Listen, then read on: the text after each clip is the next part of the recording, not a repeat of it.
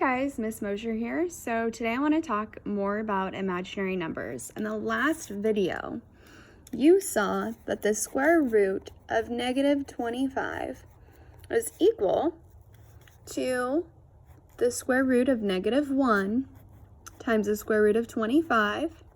The square root of negative 1 is I, and the square root of 25 was 5. So the square root of negative 25 was 5i. Okay, so I want to dig in, okay, to more on how I is equal to the square root of negative 1. Okay, I stands for an imaginary number. That is because there are no two real numbers that we could square to get negative 1.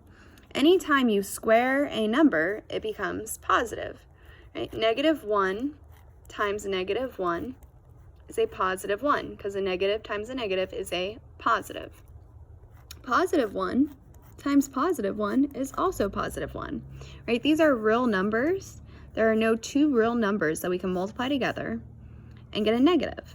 So you can't take the square root of a negative number and get a real number. You can do it, but it's going to be imaginary. All right, and that leads us to imaginary numbers part 2. So, if I is the square root of negative 1, what would I squared equal?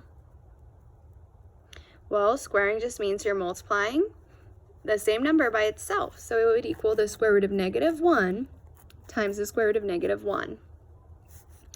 Well, we could rewrite that as the square root of negative 1 squared. Right, these are inverse operations, squaring and square rooting undo each other. So this is just equal to negative 1.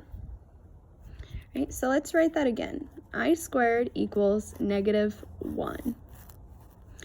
Wow, okay, so that means that imaginary numbers are not closed under multiplication. They are not a closed set of numbers under multiplication, because you can multiply two imaginary numbers together and you get a real number.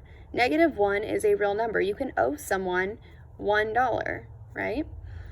All right, well, let's keep on going here. What would I cubed equal? Well, we could rewrite I cubed as I squared times I to the first power, right? Using our properties of exponents, when you multiply two numbers together, okay, or two things with the same base together, you add the exponents. So we could put a little I to the first power here. 2 plus 1 is 3. Okay, well, I squared, what did I squared equal? I squared equaled negative 1. So we could write this as negative 1 times I. Well, that's just negative I. So now we know that I to the third power equals negative I. Let's rewrite that again. I to the third equals negative I. All right, so far we have I equals the square root of negative 1. I squared equals negative 1. I to the third equals negative I. All right, let's figure out what I to the fourth equals. Using our properties of exponents, we could rewrite this as I squared times I squared. I squared is equal to negative 1.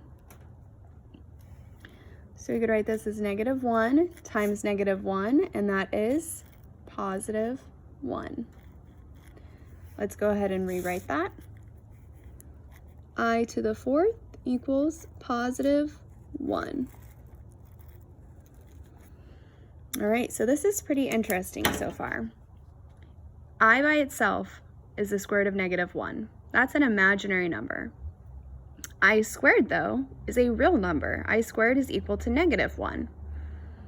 I to the third power, I cubed, is equal to negative I. That's an imaginary number.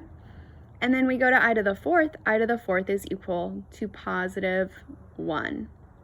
Right?